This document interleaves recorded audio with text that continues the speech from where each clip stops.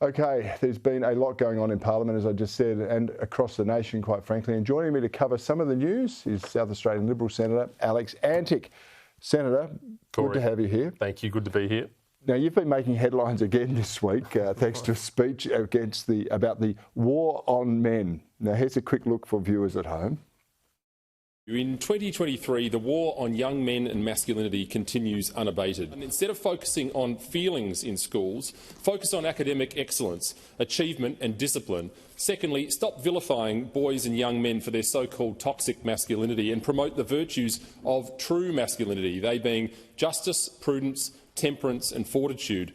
Our society needs more, not less masculinity, and we must raise men who are strong, resilient, courageous, decisive, principled, disciplined, and who see it as their duty to provide for their families. If we want to see this, we must remember that this is the duty of the parents, not the public schools, to raise well-formed children. Schools should stick to reading, writing and arithmetic. To quote Dr. Jordan Peterson, it's not okay to be a man, it's necessary. What the hell are we going to do without men? I think a little more patriarchy will help us out, not hurt us at all.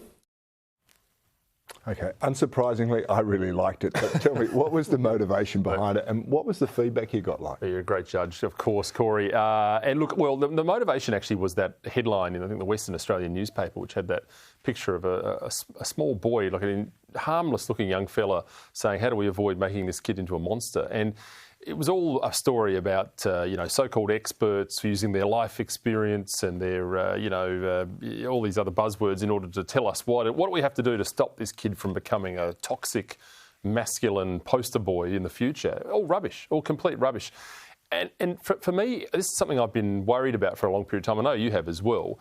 This war on masculinity that we see from the left, and it's coming through the schools. There's a lot of pushback in the schools about stopping boys from exuberant behaviour and trying to get them to read books that perhaps are more suited to girls in order to dampen down this toxic masculinity. Because it's called testosterone. Yeah, it's called testosterone, correct. So look, I think this is a problem. The left do this because strong men, masculine men, are ultimately a challenge to what they want to do, which is damage the family unit and assume the position of the family unit through the state. Really what they want is less masculinity in the system, men becoming more feminine. I've never seen more young men hugging each other, Cory, by the way. I don't think I've ever seen that. I don't hug anyone, really, and that could be a different problem. You'd need plenty of beers in my day and age in order to do it. But it does seem that there is an assault on it, and yet when difficult times come, people want masculine men to step into the traditional protector role, the hunter-gatherer role, the provider role. Yeah. Those things are always there. And quite frankly, we are diminishing future society when we say those things don't matter. Yeah, we are. We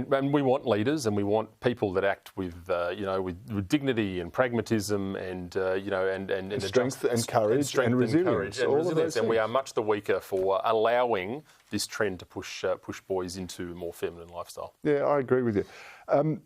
Okay, when I was in the Senate, things were pretty bad. I wasn't responsible for it, but they were pretty bad. And the federal Greens were some of the worst there, but they seem to be getting worse. This week, I think it was, one of them used some mystical cleaning powder, which could be anything at all, quite frankly. It wasn't so long ago you'd get arrested for spraying white powder around the place. In clear contravention of Senate standing orders. Why don't the rules seem to apply to others? Yeah, well, this was, and I didn't see it. I heard about it after the event, and it appears to be some sort of cleansing ceremony for the Senate. And I don't pass any judgment on people's spiritual beliefs. Let's do that. Let's play the grab. All right, let's play the grab, and then we can pass judgment on them. All right, let's have a look at this. Sure. Court, Buja, Nija, Yala, Buja, Hala, Buja. In this place. It's a cleansing. Kal Buja. It is in the best interest to respect a process that's already being undertaken, and by seeking to undermine that really just, to me, conveys what this is about. And the little hood slips off and we get to see what it's really about. Right. A cleansing ceremony from a Green Senator. When I was there, I remember there were secret requests for them to use deodorant and soap to the presiding officers. That didn't work. Now they want to spiritually cleanse the Senate. Well, yes. Well, once again, I'll leave you to comment on the past. Of course, that was a different era. But what I would say about this is, I find it extraordinary that if we turned the tables on that and we had, someone else coming in with holy water or anointing the place with oil, there would be a bill given to that person. Something actually happened to Andrew Laming. I think he actually did get a bill at one point for something he did. We've seen incidents like that. I mean, Pauline, who was just on before, got into all sorts of trouble for wearing a burqa in. I mean, you might say it's a slightly different thing, but we see this double standard all the time. If you look at examples in the community, and it is a community-wide issue, I think we look at back to the COVID days, the early days of COVID, where the BLM rally here in SA was allowed to just go on, even though everybody was locked in their homes and we were meant to be a metre apart all the time.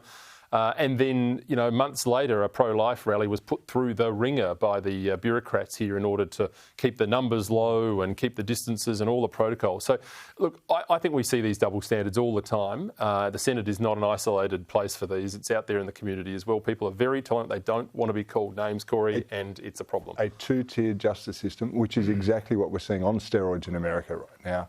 We seem to have it here in some elements.